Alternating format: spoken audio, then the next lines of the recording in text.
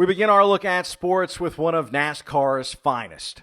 Dale Earnhardt Jr. had competed in 3 eNASCAR iRacing Pro Invitational Series events before deciding to try something new.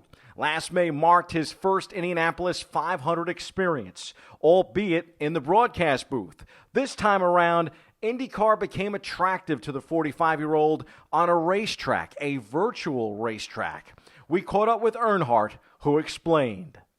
I had such a great time when I went to the Indy 500 last year, and I have so much respect for the guys that are in the field and the guys that we'll be practicing and racing with this weekend. So it's kind of fun for me just to be able to get to know their personalities a little bit. I think if you're a race car driver, you certainly you're watching other forms of motorsport, and you're obviously curious as to how those cars drive and what they feel like and what the drivers are dealing with. Are the cars comfortable, uncomfortable, how they react in the air, and so forth. So I'm certain that all of the NASCAR drivers would, really love to get that opportunity to understand everything there is about driving an IndyCar. The current NBC analyst made his esports IndyCar debut in Saturday's third round of the NTT IndyCar Series iRacing Challenge from virtual Michigan International Speedway. Earnhardt started 18th in the number 3 Nationwide Junior Motorsports Chevrolet and pitted early on lap 3, which set up the career Chevrolet driver to employ a fuel-saving strategy in the Chevy 275 iRacing event. The strategy rewarded Dale Jr. with an impressive third-place finish close behind Team Penske's Simon Pagenaud and Scott McLaughlin. I chatted with the podium afterward. Dale, in the Cup Series, you actually had a couple of wins that snapped some, stretches where you weren't doing too well. Were you able to draw on what you were able to do in NASCAR in today's IndyCar event, even though it's a sim racing event? My approach to the race today was, like Simon said, even though I've been on the service a lot, all the cars have such unique characteristics, and I didn't have really much time in the IndyCar, so I was trying to find the trouble or the challenges with the car and understand them as fast as I could, how the car works and how it likes to be driven for, tire degradation and all those things. But a lot of pressure on these drivers, and so I was just trying to ease in there and not ruin anybody's day, but also have a reasonable finish that I could be proud of. Thank you, Dale. Congrats on the podium, too. Thank you. Yes, sir. Scott, I wanted to ask you about being able to be so successful in sim racing in multiple series, even being able to pick up victories in 2 series in the same week. Can you just talk about what you've been able to do and what exactly, if you had to pinpoint one thing that's made you successful in this, what exactly has that been? Probably for me, a lot of hard work. I guess in some ways I've really worked hard on my setup or my understanding of the setup in the supercar and the tracks. Certainly haven't driven a supercar in Monza before, so that was good to learn. But then obviously this week I've got up twice now. This is my third time getting up, probably 4 or 5 a.m. in the morning for the practice races to learn the draft and what it was like with group practices. So, with the fixed setup races, I enjoy it because everyone's in the same boat. You can't do much about it. It's all about just how you understand the tire and how it heats up and how it goes across the run. So, I guess just a little bit of effort and, sacrificing my sleep-ins and getting around it. Thank you. Great job. And Simon, congrats on the first place, of course. And I just wanted to ask you, I know in the post-race presser on air, you talked about how hectic it was having so many people in your ear. Was it more difficult to win today or more difficult winning the Indy 500? Oh, well, it's a very different feeling for sure. Very different situation. It was so hectic throughout the week in practices that I decided to just actually hang with Dale because he has so much experience in this kind of racing in general. And we figured out that we were actually saving fuel and tires really well, and it helped us to do only one stop. So at the end, I was a bit stressed out. I must say, I was very stressed because I don't feel as much in control. But yeah, today was a very stressful day, very intense.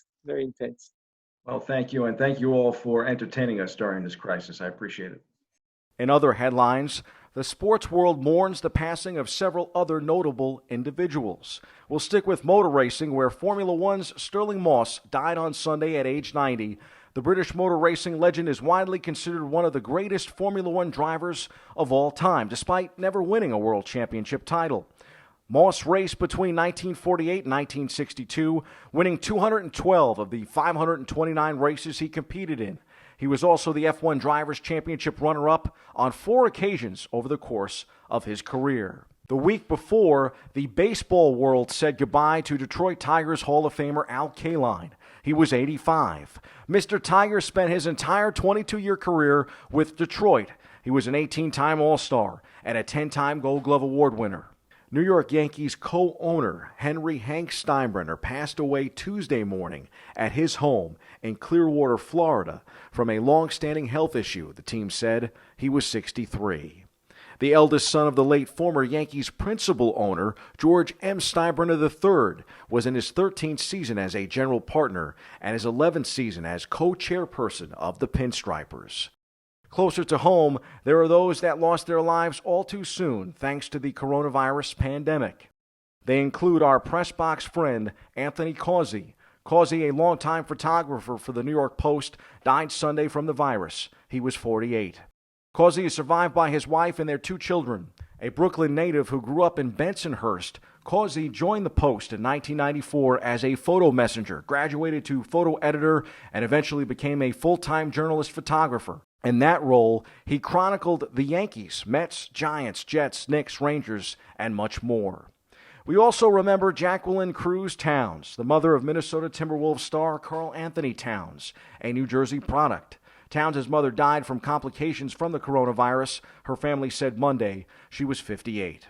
And some better NBA news. The league and ESPN put together the association's first horse challenge. Chicago Bulls star Zach LaVine put on a show Sunday night, shutting out Boston Celtics legend Paul Pierce. Other retired NBA greats, current standouts, and WNBA stars were also part of the first horse challenge. It didn't get the reviews that it would have liked, but it was basketball, even if it came to us via driveways near and far. These days, it's all about creativity when it comes to sports content to fill the void created by the COVID-19 crisis. And we are ready for some daytime baseball. Jeff McNeil of the Mets and Tommy Kaline of the Yankees are among 30 Major League Baseball players who will be representing their team in a new MLB The Show video game league put together in coordination with baseball and the union. The league, with games shown via Twitch, is scheduled to run until early May.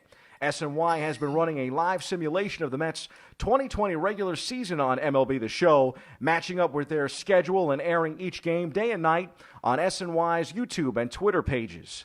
We'll take any baseball we can get these days. Speaking of baseball, here is an inspiring message from the Pinstripers during this challenging time.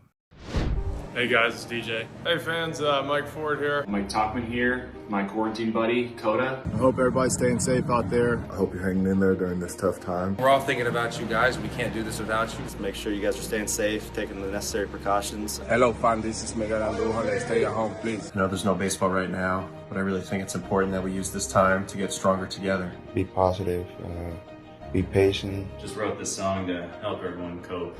Hold the line. Baseball isn't always on time.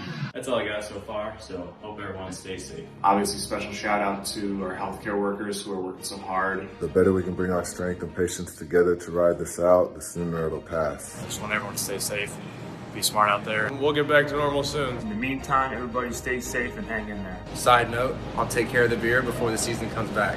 Stay strong. Stay strong. Nice job by the Yankees. Next time on Open, we'll have the newest sports manager at WFUV 90.7 FM. That's your sports. I'm Bobby C.